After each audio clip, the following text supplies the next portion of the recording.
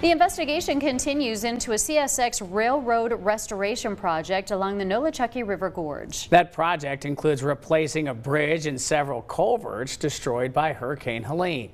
The Tennessee Department of Environment and Conservation says their staff investigated a 1.3-mile stretch of the project.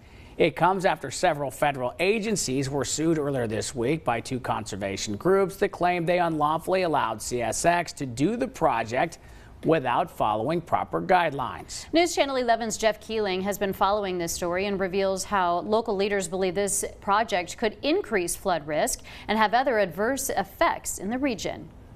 CSX's emergency rail line repairs in the Nolichucky River gorge continue to draw concern from a number of groups, from whitewater rafters to environmental advocates.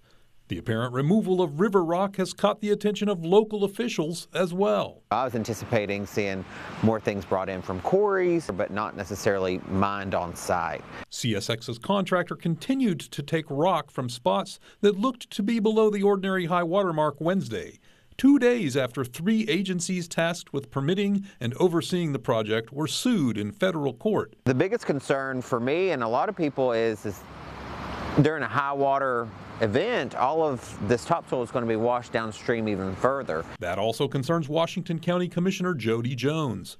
She's learned the massive project could increase flood risk and put a strain on drinking water systems. Will that happen in this case? I don't know, and they have a lot more miles to fix, so how is that work being done? My primary concern is just, is there some regulatory oversight? Several agencies visited the site last week, and the Tennessee Department of Environment and Conservation was on the ground today. Hopefully, having the state and federal agencies on site and monitoring things are done correctly. ERWIN Alderman Michael Baker has been at the river numerous times since the work began and doesn't think the concerns are overblown.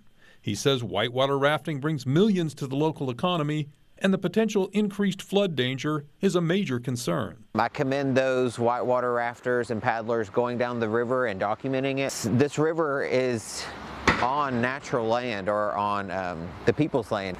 We all need to be advocating for the railroad to be built back correctly, but also maintaining the river correctly. Jones doesn't plan to leave it to chance. I will continue to make phone calls to some of those regulatory boards. TDEC is the one I've been in touch with the most, and just ask questions. In ERWIN, Jeff Keeling, News Channel 11.